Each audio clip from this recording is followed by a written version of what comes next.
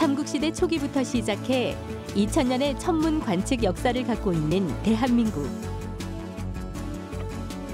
한국천문연구원은 우리나라 천문연구의 정통성을 계승하며 천문연구의 새로운 지평을 열어가는 국내 유일의 천문우주과학기관이다.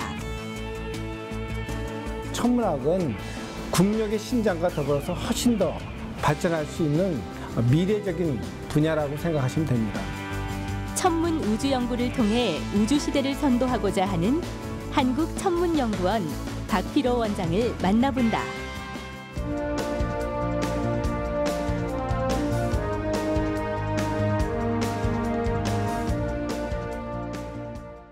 네, 우리나라는 1300여 년 전에 지은 첨성대에서 알 수 있듯이 이 천문 연구에 있어서 남들보다 앞선 수준을 자랑해 오고 있습니다. 오늘은 우리나라 천문 연구의 중심이죠. 한국천문연구원의 박필호 원장님 모셨습니다. 원장님 안녕하십니까? 네, 반갑습니다. 예. 아, 여기 와 보니까 참 그 산세도 수려하고 네. 야, 이런 데선 천문 연구가 참 잘 되겠다라는 생각이 들었습니다. 예, 우선 이 천문연구원을 모르시는 분들도 있을 테니까요. 네. 이번 기회에 좀 소개해 주시죠. 어떤 곳인지요? 천문연구원은 우리나라를 대표해서 천문 우주과학을 연구하는 전문 연구기관입니다. 예. 국가 대표 기관이라고 보시면 국가 대표. 예. 저희는 1974년도에 국립천문대로부터 시작이 됐고 예. 1986년도에 예. 정부 출연연구소로 바뀌었습니다. 그러면서 서울에서 대전으로 이사를 하게 됐죠. 예. 이곳 이제 천문연구원에서 저희가 녹화를 하고 있습니다만은 자, 우선 이곳에 보니까요. 뭐 다양한 저게 태양입니까? 예, 지금 태양을 실질적으로 거의 실시각으로 감시를 하고 있다고 보시면 됩니다. 우선 이 방이 어떤 곳인지 좀 소개해 주시죠. 여기는 우주환경 감시실이라고 우주환경 감시실입니다. 예. 말 그대로 예. 우주 환경이 어떻게 변하는가, 그리고 환경의 변화가 우리 그 인공위성이라든가 항공기에 어떤 영향을 미치는가 이런 것들을 연구하는 연구실입니다. 예. 그럼 보통 우리가 이 천문을 연구한다 그러면 원장님 왜 이렇게 별을 보거나 태양을 보거나 달을 보거나 뭐 그러면서 거기에 대한 연구를 하는 건데 구체적으로 어떠한 연구를 한다고 볼 수 있을까요? 우주 전체에 대한 연구를 한다고 보시면 되는데요. 예. 보통 그 천문학 그러면은 상당히 낭만적으로 생각합니다. 그렇죠. 밤하늘의 별을 보면서 뭐 연인과 뭐 알폰소 도테 그런 건데 실질적으로 천문학은 거대 기초 과학입니다. 왜 거대란 말이 붙였냐 하면은 천문학은 우주를 볼 수 있는 거대한 연구 시설이 뒷받침이 돼야만이 할 수 있는 연구고요. 그래서 예로부터 잘 사는 나라만이 할 수 있는 학문 분야입니다. 우리나라가 과거에는 좀 가난한 나라였을 때는 천문학이 정말 주목받지 못했는데 앞으로 우리가 3만 불 넘어서 4만 불까지 지금 바라보고 있지 않습니까? 그 얘기는 앞으로 천문학은 국력의 신장과 더불어서 훨씬 더 발전할 수 있는 미래적인 분야라고 생각하시면 됩니다.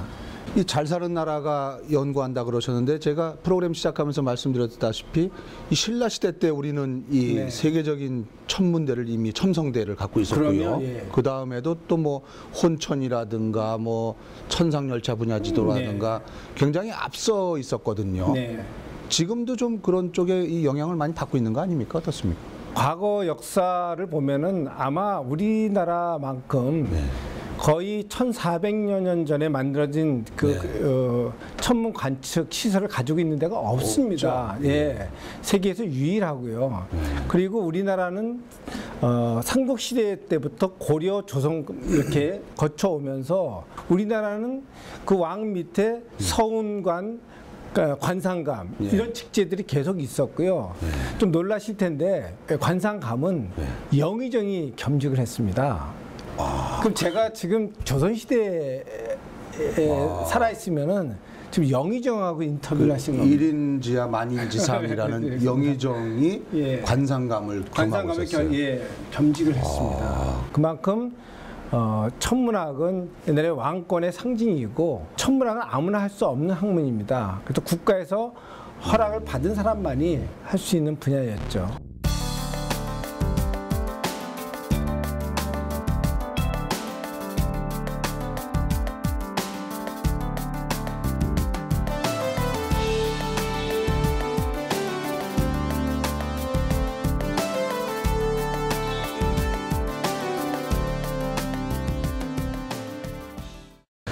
자, 그럼 이렇게 훌륭한 우리 조상들의 이 천문학적 그 기초가 있는 우리나라에서 이 한국천문연구원의 역할은 더 중요하다고 할 수 있겠습니다. 네. 천문연구원은 지금 어떠한 연구 실적들을 보이고 있는지 좀 자랑을 좀 해주시죠. 예, 정말 자랑할 게 많이 있는데요. 저희 천문학 분야에서는 일단은 얼마나 천문학의 수준이 높냐는 얼마나 우수한 논문들을 매년 많이 발표하느냐인데 우리나라에서는 그 논문의 질을 따지는 지표가 있습니다. 그것은 매년 미래창조과학부에서 조사를 해서 발표하는데 그 질적인 면에서는 우리나라 탑입니다. 그러니까 대학과 정부 출연연 전체를 합쳐가지고 논문 수준이요. 예, 논문 수준이 지금 뭐 몇 년째 계속 탑 수준을 유지하고 있죠. 하지만은 세계적인 순위를 볼 때는 아직 저희들이 가야 할 길이 좀 멉니다. 그래서 지금은 국내에 저희들이 목표가 아니고 국제적으로 세계 한 10위권에 들겠다는 그런 각오를 가지고 열심히 연구를 하고 있습니다. 이 논문 연구 같은 그 기초 연구에만 또 너무 이렇게 치중하다 보면 사실은 이 좀 어떻습니까마는 이 산업화 부분 쪽에도 좀 관심을 둬야 되는데 그쪽이 좀 상대적으로 취약해지는 거 아닌가요? 제가 아까 논문에 대해서만 말씀을 드린 거고요. 천문학을 위해서 만든 그 기술들이 결국은 나중에는 산업적으로 넘어갑니다만 또 오랜 시간이 걸릴 거고요. 대신 오랜 시간이 걸리는 만큼 거기에 대한 어떤 충격, 임팩트라고 그러죠. 훨씬 더 큽니다. 예, 그런 게 하나 있고요. 또 저희는 천문학을 하는 기관이지만 또 동시에 정부 출연 연구소입니다. 정부 출연 연구소는 뭔가 국가적으로 기여할 만한 공공적인 임무를 띠고 있거든요. 맞습니다. 그런 임무 중에 하나를 저희가 하고 있는 게 우주 감시하는 분야를 정부로부터 저희들이 부여받아서 하고 바로 있습니다. 이곳이 그 감시실이죠. 바로 그렇습니다. 이 시설은 우주 감시 전체 분야의 일부분입니다.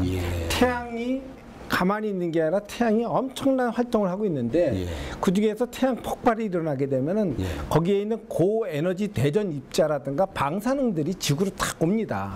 만약에 우리의 지구에 자기권이 없으면은 지금 인류 생명체는 존재할 수가 없는데요. 아, 그게 보호막인가요? 보호막을 좀 하고 있는 거죠. 그런데 가끔은 태양 활동이 심해지면은 그 보호막이 뒤로 막 밀려나기도 하고. 이쪽이 워낙 세니까요. 예, 세니까 이게 뭐 바람에 밀리듯이 밀려납니다.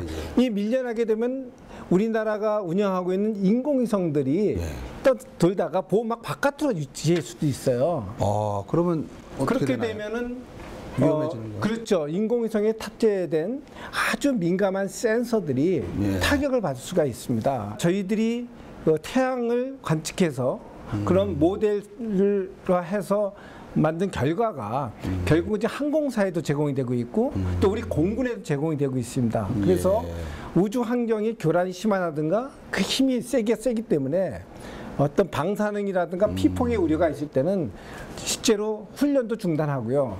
실제 있었던 일은 뭐냐면 항공사들이 주로 뭐냐면 그러니까 그 연료를 아끼기 위해서 북극 항로를 많이 이용하는데요. 그렇죠. 이 위쪽으로요. 근데 그 우주의 방사능이나 그 고에너지 입자는 우리 자기장권을 타고 어디로 오냐면 극쪽으로 먼저 옵니다. 북극과 남극으로 들어옵니다. 거기가 취약하군요. 그래서 이제 항로 입장에서는 그게 쓸 경우에는 첫째 승무원들의 방사능 노출도 요새 상당히 염려가 되고 있는 부분이거든요. 그래서 항로 자체를 바꿉니다. 그 북극을 좀 북극에서 뭐 적도로 간다든가 그렇게 기름은 좀 더 들더라도 많이 들죠. 훨씬 많이 들 겁니다. 그런데 건강을 지킬 수 있는 물론이죠. 그래서 그런 것들을 저희들이 실제로 매 실시간으로 매일 제공을 하고 있고요. 우리가 예전에 나로호를 발사할 때도 나로 내에 여러 가지 그 민감한 부품, 전자부품들이 있을 거 아닙니까? 부품들이 많죠. 이제 그런 것들이 혹시라도 올라가면서 피폭이 될까 봐서 저희들이 우주환경예보센터에서 나온 그 결과를 가지고 통보를 해줍니다. 그래서 나로 우주발사센터에서 보고 이게 위험 수준에 있다 그러면 그날은 발사를 안 합니다. 아주 우리 그 생존과 직결되는 중요한 역할들을 숨어서 많이 하고 계시네요. 그럼 어떻습니까? 이 우주 쓰레기라든가 인공위성 파편, 뭐 태양 간섭 뭐 이런 것들을 하려면은 물론 우리 천문연구원 독자적으로도 예보하고 할 수가 있겠지만 외국 천문연구와의 그 교류 협력도 필요한 거 아닙니까? 당연하죠. 그것도 어떻게 이루어지고 있나요? 그래서 그런 것들은 혼자 할 수 없고요. 그러겠죠. 국제적인 네트워킹이 있어야 됩니다. 네. 특히 우리나라는 상당히 좁은 나라라서 인공위성의 위치라든가 떨어지는 물체의 궤적을 정확히 알기 위해서는 떨어진 궤적은 많은 관측이 필요합니다. 그렇죠. 근데 우리가 관측할 수 있는 게 상당히 짧거든요.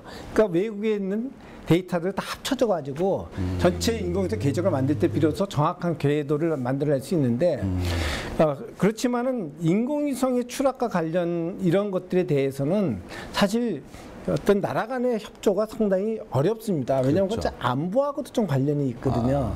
일반 순수 천문학에 대해서는 천문학만큼 국제적으로 협조가 잘 되는 데가 없습니다. 상당히 개방된 분야지만은 그런 안보와 관련된 분야에서는 저희들이 또 구축을 해야 됩니다. 우주 감시뿐만 아니라 또 이 우주에 과연 지구와 같이 생명체가 살 수 있는 행성이 있을 것인가? 있지 않겠습니까? 수많은 별 중에서 천문학자들은 한 1000억 개는 있을 거라고 생각합니다. 한두 개도 아니고요. 그렇지만 그것을 발견을 하느냐, 그러니까 그거를 입증하는 게 중요하거든요. 그렇죠. 그런 입증할 수 있는 연구 결과만 얻으면 그것은 바로 노벨상을 탈 만한. 노벨상 이상이겠죠. 그렇지만 우리는 당장 노벨상이라도 하나 받았으면 좋겠습니다. 그래서 천문학에서 노벨상을 받기 위한 노력을 지금 많이 하고 있습니다. 그 중에 하나가 외계행성 탐색 시스템이라는 걸 만드는 건데요. 남반구에다가 3대의 망원경을 설치합니다. 직경은 1.6m짜리 망원경인데 아주 고성능이에요. CCD 카메라가 제일 큰 카메라가 있고요. 또 광시약 망원경인데 이 망원경은 대한민국만이 지금 설치하는 겁니다. 그 전용 망원경을 저희들이 300억 원을 들여가지고 설치를 하는데 올해 그 3대가 다 설치가 완료됩니다. 3대를 합쳐서 300억입니까? 네. 100억씩이네요, 거의. 하나는 칠레에 지금 설치가 되고 있고요. 또 하나는 호주에 설치되고 그 다음에 남아프리카 공항에 설치가 됩니다. 그 남반구에 설치하는 이유는 남반구에서만이 우리 은하의 중심부를 볼 수가 있습니다. 그 은하의 중심부에는 아주 그 밀도가 높거든요. 그러니까 한꺼번에 정말 많은 얘기네요. 맞습니다. 많은 별을 한꺼번에 저희들이 관측할 수 있는 효율이 좋습니다. 그래서 내년부터 본격적으로 저희들이 이제 과학적 연구에 들어가게 되면은 아마 미국이 쏘아올린 케플러 위성보다도 더 좋은 결과를 낼 거라고 봅니다. 이게 그 국제가 공동적으로 추진하는 마젤란 망원경 프로젝트 그건 좀 다릅니다. 다릅니까? 네. 그 마젤란 프로젝트는 어떤 건지 소개해 주시죠. 마젤란 프로젝트는 그 천문학은 얼마나 큰 망원경을 가지고 있냐에 따라서 얼마나 먼 우주를 세밀하게 볼 수 있느냐가 결정되거든요. 근데 불행히도 우리가 현재 가지고 있는 망원경은 직경 1.8m짜리입니다. 그 보현산 천문대에 있거든요. 그 망원경 가지고는 정말 세계에서 200이도 안 됩니다. 등수가.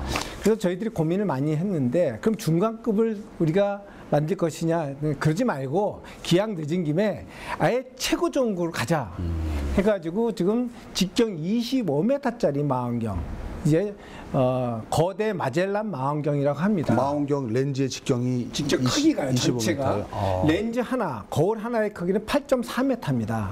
그러니까 8.4m 거울을 7개를 벌집 모양으로 구성하게 되면 25m짜리가 되는데요. 이것이 만들어진 순간 2020년도에 이제 드디어 우주를 보게 될 텐데요.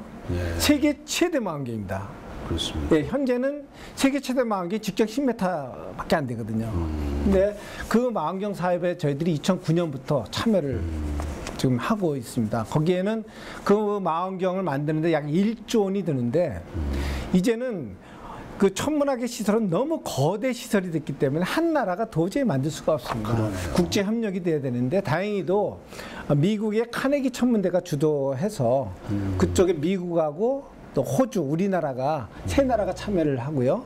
기관으로 한 10개 기관이 참여를 하는데 우리나라에서는 10분의 1의 지분을 가지고 약 1000억 원 정도를 지금 투자를 하고 있습니다. 그 망원경이 만들어지면은 이제까지 인류가 보지 못한 아마 새로운 우주를 또 보게 될 것입니다. 그러네요. 그렇게 되면 그 결과 역시 우리가 노벨상을 탈 수 있는 또 기회가 생기는 겁니다. 지분 투자를 했으니까 그만큼 사용할 수 있는 권리가 있는 거죠. 그거는 지분 투자는 뭐냐면 그 칠레 같은 경우에는 우리나라는 밤하늘에 아주 맑은 청정이 있어. 별을 볼 수는 그 날이 별로 많지 않습니다. 한 100일에서 150일밖에 안 되는데요. 칠레 같은 경우 한 300일 정도 되거든요. 그러면은 10분의 1이라면은 우리가 전체 시간의 10분의 1이니까 한 달 정도는 우리가 쓸 수가 있는 겁니다.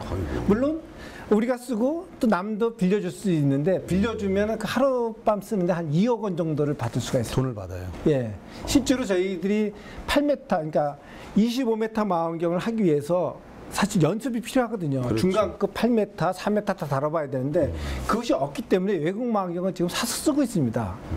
정말 아까워요. 뭐 하룻밤에 5천, 숙박료가 너무 비싸죠. 뭐 5천만 원 이렇게 주는데 이제 그 망원경이 만들어지면 저희들이 아마 좀 이제 그 상황이 역전될 것 같습니다.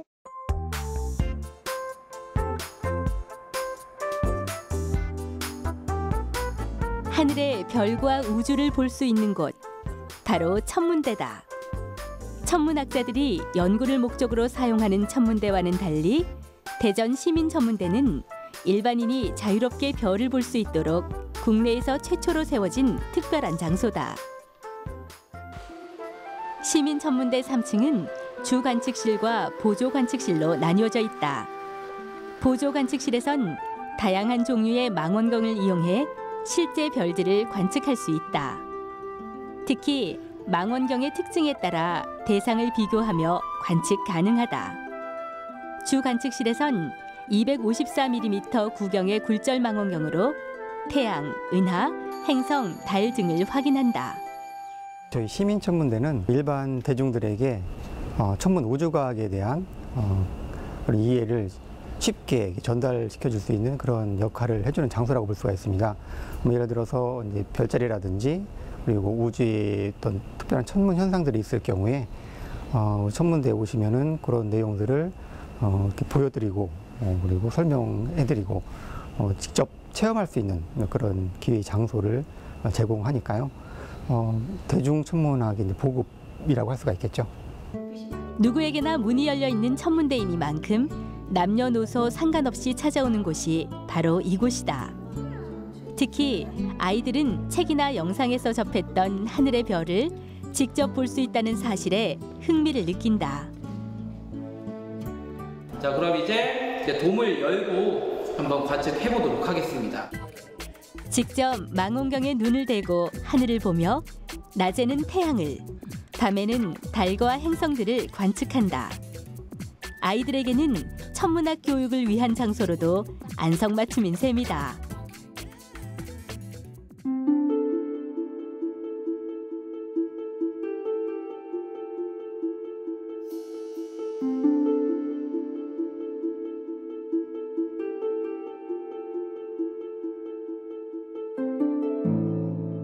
이렇게 화창한 날씨에 오게 돼서 딸과 같이 함께 와서 너무 즐거운 시간을 보냈고, 그리고 앞으로도 내가 커가면서 이런 우주에 대해서 많이 알았으면 좋겠고, 또 여기에서 많은 걸 배워서 우리나라의 큰 인물이 됐으면 좋겠습니다.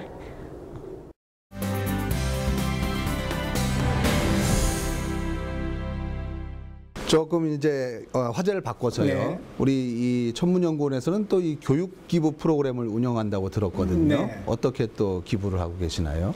잘 아시다시피 그 천문학은 그 일반 국민들이 가장 관심이 있어하고 특히 아이들 좋아하죠. 청소년들이 어떻게 보면 청소년들이 꿈과 희망을 주는 학문 분야입니다. 그래서 저희들의 참 책임이 막중하다고 생각하는데요. 그래서 저희들은 가능한 한 자라나는 세대들이 땅만 보지 않고 하늘을 보고 또 우주를 상상하게끔 하는 노력을 하고 있습니다. 과거에는 여러 가지 천문 관련 뭐 축제를 한다든가 아니면 여러 가지 망원경을 가지고 한꺼번에 별을 보는 그런 뭐 대회를 한다든가 이런 것들을 많이 해왔는데 지금은 그것보다도 그 학생들을 키우고 있는 선생님들의 관심을 가지고 있습니다. 그래서 96년부터 거의 20년 가까이 전국에 있는 과학 교사, 과학 선생님들을 모셔서 저희들이 방학에 겨울 방학, 여름 방학 때 저희들이 그 교육 연수 프로그램을 하는데요. 아마 몇천 명이 왔다 가셨어요. 호응이 좋네요. 예, 그리고 지금은 그 등급을 나눠가지고 초급반, 네. 중급반, 고급반까지 나눠서 운영하고 있는데요. 정말 선생님들이 좋아하십니다. 그러겠죠. 그래서 그분들이 오셔가지고 밤하늘의 별만 보는 게 아니라 망원경을 어떻게 다루는가, 망원경을 분해하고 조립하는 것까지 다 실습을 합니다. 그래서 그런 게 하나 있고요. 또 저희들이 이동하는 천문 교실을 하나 만들었습니다. 이동 천문 교실이요? 그러니까 큰 트럭에 망원경 2대가 있어가지고요. 저희들이 특히나 도시에서는 그래도 시민 천문대 이런 게 있어서 네. 별을 볼 기회가 있는데 시골에 있는 데는 못 쉽지 보거든요. 않죠. 물론 눈으로는 다 볼 수가 있어요. 그렇지만은 눈으로 봐서는 뭐 토성의 골이라든가 목성의 위성 못 보니까 그런 데를 신청받아서 찾아갑니다. 예, 벌써 그거 한 지가 거의 한 4년 가까이 된 것 같은데요. 애들 예. 많이 좋아하겠네요. 예, 많이 좋아합니다. 그래서 오지를 가서 저희들이 뭐 학교 운동장에서 학생들뿐만 아니라 또 시골에 계신 분들도 이렇게 보여주는. 물론 이 단순히 보여주는 것에서 끝나는 게 아니라 또 하나하나 또 설명 해설도 당연히 해주겠죠. 그렇게 하죠. 그래야 교육이 되니까요. 예, 예. 근데 또 하나는 우리 그 학생들 전체 관측대회를 전국 규모로 하고 있습니다. 네. 그러면 제가 알기로는 수백 명, 수천 명 안 돼요. 한 뭐 1,000명 내에 수백 명이 지원을 하게 되면 그 중에서 또 예선을 거쳐가지고 본선에 올라와서 매년 저희 천문년 내에서 별을 누가 빨리 찾고 뭐 이런 경진대회를 합니다. 그래서 뭐 장관 초청까지도 하게 되는데요. 지금 보면 참 우리가 노력을 많이 함에도 불구하고 아직 망원경으로 직접 달을 본다든가 행성 보지 못한 분들이 더 참 많이 확대를 많아요. 하셔야겠네요. 예, 더 확대해야 될 것 같습니다. 끝으로 우리나라 이 천문학 발전을 위해서 어떤 일을 하시고 싶으신지 계획을 말씀해 주십시오. 이제 우리나라 천문학은 정말 이제 세계로 뻗어나가야 될 것 같습니다. 그래서 저희들이 지금 계획하고 있는 게 우리를 완전히 국제적으로 다 이렇게 열어놓을 생각을 하고 있습니다. 그 얘기는 뭐냐면은 우리 과학자들이 연구자들이 세계에 정말 유수의 연구기관에 파견 가고요. 또 바깥에서 많은 외국의 또 과학자들이 들어오고 그래서 같이 어울려서 연구를 해야 되거든요. 그래야만 수준이 또 빨리 쫓아갈 수가 있고요. 맞습니다. 그래서 그런 준비들을 지금 작년부터 저희들이 해서 올해는 외국의 연구자들을 한 20명 정도가 있게끔 좀 하려고 하고 또 그 기초과학에서 제일 중요한 것은 포스트닥터라고 우리가 하는 영어로 포닥이라고 합니다. 그러니까 박사학위를 받고 한 5년 동안 또 이제 수련을 하는 거죠. 뭐 의대에서 마치 수련이처럼 하는 건데 그런 사람들이 얼마나 우수한 사람들이 많이 있느냐에 따라서 그 기관이 세계적으로 정말 우수한 게 아니냐 판가름 나는데 그래서 그런 포스닥을 좀 많이 저희들이 유치하고자 노력을 하고 있고 거기에 따른 많이 오도록 하기 위해서 뭐 와서 말이 언어가 안 통하면 불편하지 않습니까? 근데 과학은 영어로 해도 상관이 없습니다. 저희도 어디 가면 다 영어로 하고 국제회 하는데 그래서 한 본부를 저희들이 전체를 영어 공용화를 지금 합니다. 근데 그 건물을 새로 지금 짓고 있거든요. 짓는 게 아니라 저희 옛날 본부를 개축하고 있는데 그러면 창의선도 과학본부라는 사이언스만 하는 본부가 따로 있습니다. 한 100명 정도 되는데 그 본부가 전체로 이사를 가게 되면 거기서는 회의, 뭐 언어가 다 영어고 그리고 문서도 다 영어입니다. 예, 그런 식으로 해서 정말 좀 글로벌한 그런 연구소가 연구기관이 되고자 지금 하고 있습니다. 오늘 뭐 덕분에 천문학 연구가 왜 필요한지를 알게 된 그런 소중한 시간이었던 것 같습니다. 오늘 시간 내주셔서 고맙습니다. 감사합니다. 네, 감사합니다. 예.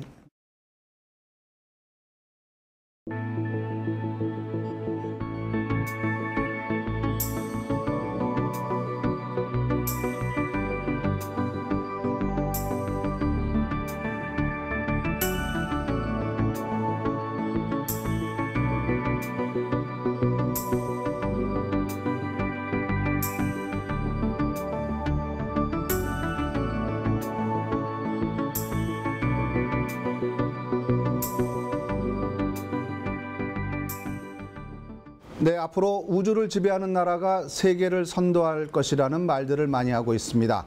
선진국일수록 우주에 대한 투자를 늘리고 있는 이유가 바로 여기에 있습니다.